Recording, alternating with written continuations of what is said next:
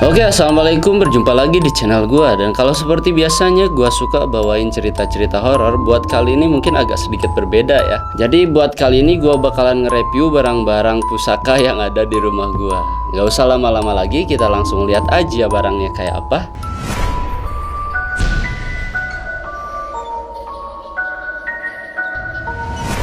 Nah, jadi sebelum gua ngeliatin barang ini, gua mau cerita sedikit tentang asal-usul barang ini. Nah, jadi di depan gua ini udah ada satu barang. Yang pertama keris, yang kedua ini kantong macan, dan yang ketiga ini golok sih ya. Kelihatannya mungkin kayak golok biasa, tapi ini ada kisahnya sendiri gitu. Nah, yang pertama gua bakalan review adalah keris ini. Nah, jadi kebetulan keris ini itu ialah keris peninggalan kakek gua. Kalau orang tua zaman dulu biasanya emang udah nggak aneh sih ya, di rumah-rumahnya itu pasti ada keris gitu. Nah, jadi cara kakek gua buat dapetin keris ini sih sebenarnya sih gua nggak tahu ya gimana kakek gua bisa dapetin keris ini. Tapi kalaupun lu misal lihat keris ini sekarang, ini tuh udah usang banget, udah karat, dan emang udah nggak ada apa-apanya mungkin. Beda sama waktu dulu kakek gua dapetin keris ini. Nah, cerita di balik keris ini, kata uak gua atau kata om gua, katanya kalau misal keris ini ditaruh di satu lemari dan si keris ini nggak nyaman, biasanya si keris ini tuh suka kayak goyang-goyang gitu. Jadi si lemarinya itu suka berisik, katanya gitu. Dan bener, uak gua ngalamin sendiri. Pas begitu si keris ini ditaruh di satu lemari, kerisnya berisik. Dan pas udah dipindahin ya udah nggak berisik lagi gitu. Yang gua nggak tahu sih ada apa di dalam keris ini, tapi kalau yang gua lihat sekarang dan udah gua bawa beberapa hari, nggak terjadi apa-apa, nggak berisik pun atau nggak ada kejadian yang aneh-aneh gitu. Nah, mungkin kalau buat yang kedua ini adalah kantong macan ya. Gua sih diceritain sama orang yang punya kantong ini, katanya dia dikasih.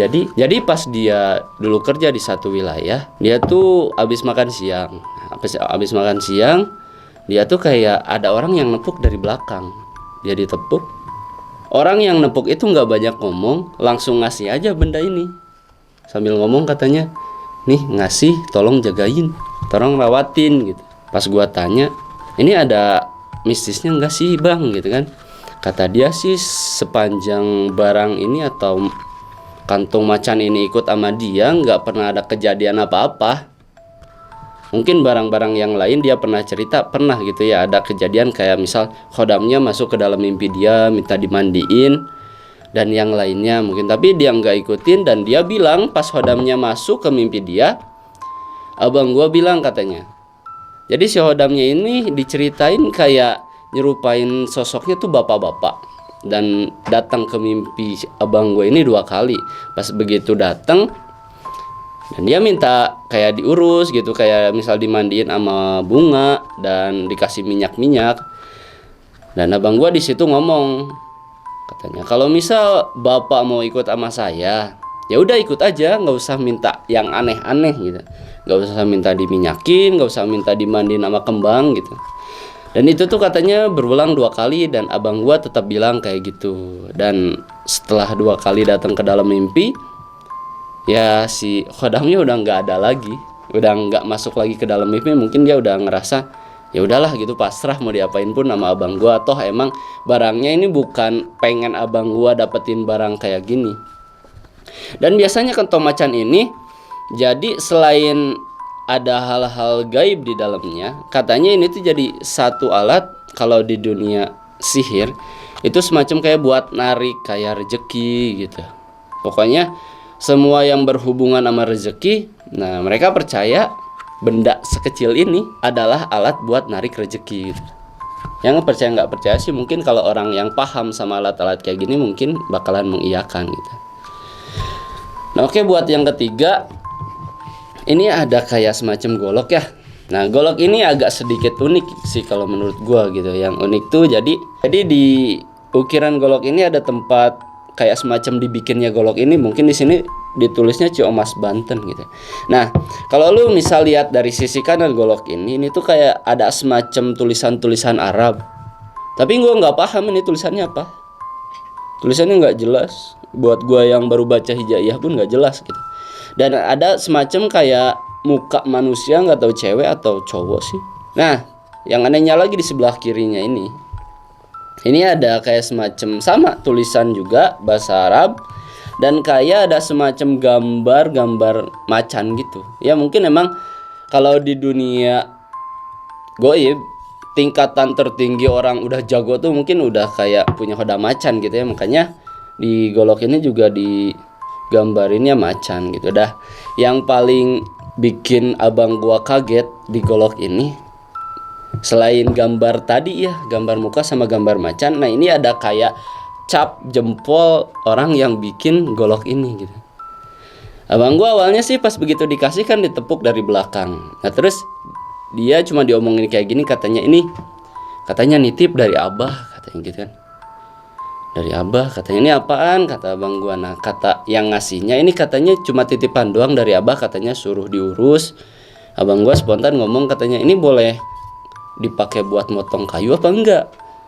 Nah si yang ngasihnya itu bilang, katanya ya janganlah, katanya cuma diurus doang lah, katanya gitu. Nah abang gua sih awalnya nggak terlalu ngelihat mungkin. Nah pas udah dia lihat, yang emang bikin paling dia kaget ya emang ada cap jempol ini sebenarnya.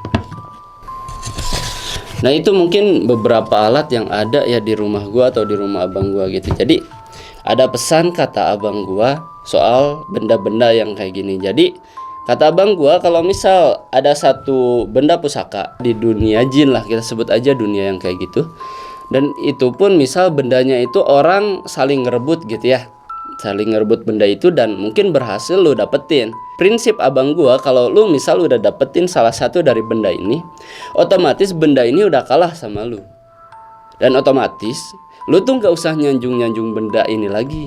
Misal kayak orang punya kerisnya itu kayak misal dikasih minyak apa gitu ya, terus dimandiin kayak sama bunga tiap malam Jumat. Nah kalau prinsip abang gua kayak tadi, kalau misal udah dapet, nah berarti otomatis si benda pusaka ini udah kalah dong. Itu yang pertama. Dan mungkin yang satu lagi yang bakalan gua kasih tahu sama kalian, mungkin kalian ada sedikit pertanyaan tentang kok bisa sih orang dikasih gitu kan benda kayak gini secara tiba-tiba gitu kan. Nah kata abang gua gini, jadi misal kalau lu punya amalan, ini kita ngomongin asal muasal kenapa orang bisa ngasih ya. Nah misal lu punya amalan, terus misal orang lain juga punya amalan, anggaplah gua punya amalan, lu punya amalan, dan amalan kita sama.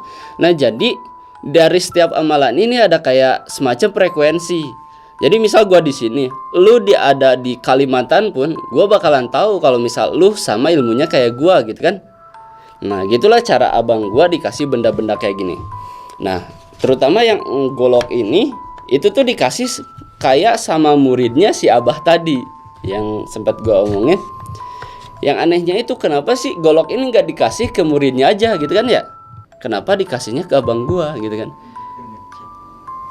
Nah mungkin itu salah satu jawabannya, karena mungkin ilmu abang gua ini udah sama ilmu gurunya tadi gitu.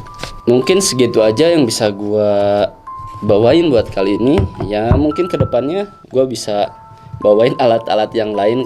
Kalau misal nanti abang gua berangkat lagi gitu, dia bakalan bawain kayak bambu petuk sama kujang dan yang lainnya, mungkin kayak semacam kayak batu cincin gitu kan. Moga aja nanti gua bisa pinjem lagi, gua bisa review lagi, dan gua bisa jelasin lagi ada apa gitu di balik benda-benda kayak gini. Oke, sekian aja. Makasih udah nonton. Assalamualaikum warahmatullahi wabarakatuh.